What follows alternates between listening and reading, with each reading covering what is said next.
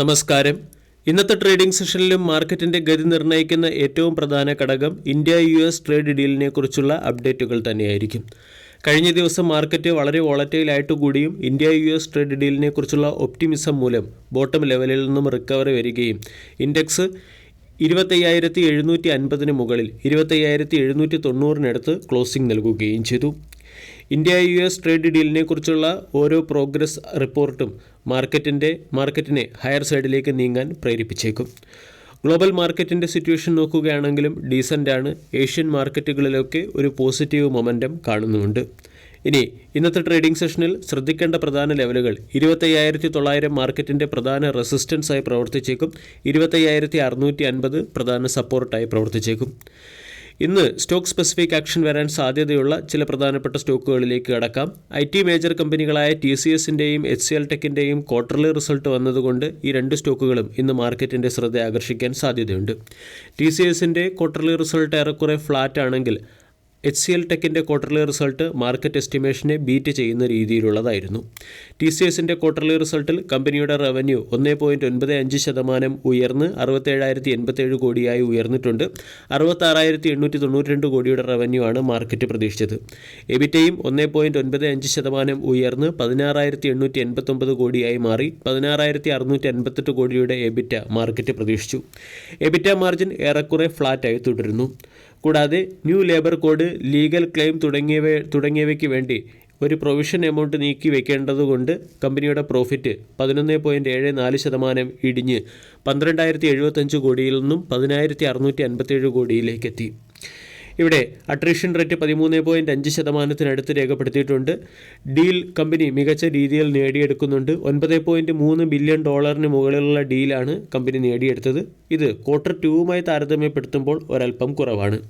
Quarterly റിസൾട്ടിനോടനുബന്ധിച്ച് 57 രൂപ per share എന്ന റേറ്റിൽ കമ്പനി ഡിവിഡൻഡും പ്രഖ്യാപിച്ചിട്ടുണ്ട്. HCL ടെക്കിൻ്റെ ക്വാർട്ടർലി റിസൾട്ട് മികച്ചതാണ്. മാർക്കറ്റ് എസ്റ്റിമേഷനെ ബീറ്റ് ചെയ്ത പെർഫോമൻസ് കാഴ്ചവെച്ചു. ന്യൂ ലേബർ കോഡ്സിൻ്റെ ഓൺ ടൈം ഇമ്പാക്റ്റ് മൂലം കമ്പനിയുടെ പ്രോഫിറ്റ്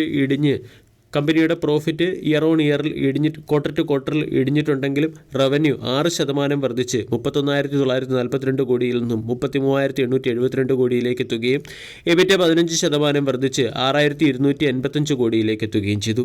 എബിറ്റ മാർജിൻ 17.22% നിന്നും 18.55% ഉയരുകയും ആർട്ടിഫിഷ്യൽ ഇൻ്റലിജൻസ് വഴിയുള്ള റവന്യൂ സർവീസ് ഉയരുകയും HCL സോഫ്റ്റ്വെയർ ബിസിനസ് വഴിയുള്ള റവന്യൂ 28.1% വർദ്ധിക്കുകയും ചെയ്തു.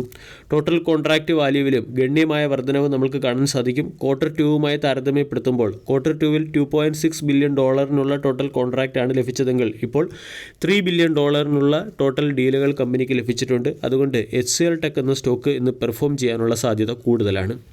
മറ്റൊരു സ്റ്റോക്ക് ആനന്ദ് റാഠിയാണ്. ആനന്ദ് റാഠിയുടെ ക്വാർട്ടർലി റിസൾട്ടും ഏറെക്കുറെ ഫ്ലാറ്റാണ്.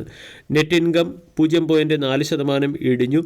റവന്യൂ 237 കോടിയിൽ നിന്നും 289 കോടിയിലേക്ക് വർദ്ധിച്ചിട്ടുണ്ട്. ക്വാർട്ടർ ടു ക്വാർട്ടറിൽ റവന്യൂ 2.6% ഇടിയുകയാണ് ചെയ്തത്.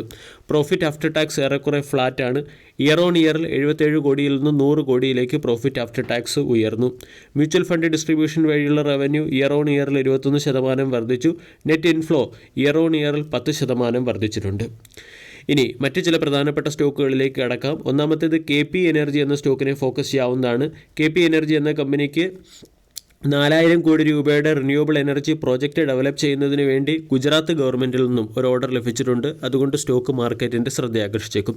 രണ്ടാമത്തേത് സോളക്സ് എനർജിയാണ്. Solar module photovoltaic modules manufacture ചെയ്യുന്നതിന് വേണ്ടി സോളക്സ് എനർജി എന്ന കമ്പനിക്ക് 289 കോടി രൂപയുടെ ഓർഡർ ലഭിച്ചിട്ടുണ്ട്. അതുകൊണ്ട് സ്റ്റോക്കിനെ ഫോക്കസ് ചെയ്യാം. മസഗോൺ ഡോക്ക് എന്ന സ്റ്റോക്കിനെയും ഇന്ന് ശ്രദ്ധിക്കാവുന്നതാണ്. ഇന്ത്യൻ നേവിയുമായിട്ടുള്ള P-75 പ്രോജക്റ്റുമായി ബന്ധപ്പെട്ട് കമ്പനി നേവിയുമായി ചർച്ച നടത്തുന്നുണ്ട്. ഇതിൻ്റെ പശ്ചാത്തലത്തിൽ മസഗോൺ ഡോക്കും മാർക്കറ്റിൻ്റെ ശ്രദ്ധ ആകർഷിച്ചേക്കും. ഡൈനാമിക് കേബിൾ എന്ന കേബിൾ മാനുഫാക്ചറിങ് ചെയ്യുന്ന കമ്പനിയുടെ കേബിൾസിന് NABLൻ്റെ സൈഡിൽ നിന്നും അക്രഡിറ്റേഷൻ ലഭിച്ചതുകൊണ്ട് സ്റ്റോക്ക് മാർക്കറ്റിൻ്റെ ശ്രദ്ധ ആകർഷിച്ചേക്കും. TVS സപ്ലൈ ചെയിൻ എന്ന കമ്പനി ഡെയിംലർ ഇന്ത്യ കൊമേഴ്ഷ്യൽ വെഹിക്കിൾസുമായി ചേർന്ന് ഒരു 3-year കോൺട്രാക്റ്റ് ഒപ്പുവെച്ചിട്ടുണ്ട്. ഇവിടെ ഡെയിംലർ ഇന്ത്യക്ക് ആവശ്യമായിട്ടുള്ള വെയർഹൗസ് മെയിൻറ്റെയിൻ ചെയ്യുന്നത് TVS സപ്ലൈ ചെയിൻ സൊല്യൂഷൻസ് ആയിരിക്കും.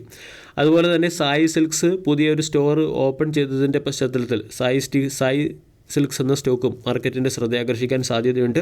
HDFC മ്യൂച്വൽ ഫണ്ട് ഫെയിം ഇൻഡസ്ട്രീസിൻ്റെ 2% സ്റ്റേക്ക് ഹോൾഡിംഗ് വാങ്ങി 2% സ്റ്റേക്ക് അക്വയർ ചെയ്ത് ടോട്ടൽ സ്റ്റേക്ക് ഹോൾഡിംഗ് 7% ഉയർത്തിയതുകൊണ്ട് ഫെയിം ഇൻഡസ്ട്രീസ് എന്ന സ്റ്റോക്കിനെ ഫോക്കസ് ചെയ്യാം. അദാനി എനർജി എന്ന കമ്പനിയുടെ സ്മാർട്ട് മീറ്ററിംഗ് ഓർഡർ ബുക്കിൽ ഏകദേശം 2.46 കോടി മീറ്റേഴ്സിൻ്റെ ഇൻസ്റ്റാളേഷൻ ഓർഡറുകളാണ് ലഭിച്ചിരിക്കുന്നത്. ഇതിൽ 18.88 ലക്ഷം മീറ്ററുകൾ ഇൻസ്റ്റാൾ ചെയ്യുകയും ചെയ്തു. ടോട്ടൽ സ്മാർട്ട് മീറ്ററുകളുടെ ഇൻസ്റ്റാളേഷൻ 92.5 ലക്ഷമായി ഉയർന്നു. അതുകൊണ്ട് അദാനി എനർജി എന്ന സ്റ്റോക്കിനെ ഫോക്കസ് ചെയ്യാവുന്നതാണ്. NBCCയുടെ സബ്സിഡറി NBCCയും ഭാരത് ഇലക്ട്രോണിക്സും തമ്മിൽ ഒരു സ്ട്രാറ്റജിക് കൊളാബറേഷനിൽ ഒപ്പുവെച്ചതുകൊണ്ട് NBCC എന്ന സ്റ്റോക്കും ഇന്ന് മാർക്കറ്റിൻ്റെ ശ്രദ്ധയാകർഷിച്ചേക്കും. വീഡിയോ എല്ലാവർക്കും ഇഷ്ടമായി എന്ന് വിശ്വസിക്കുന്നു. താങ്ക്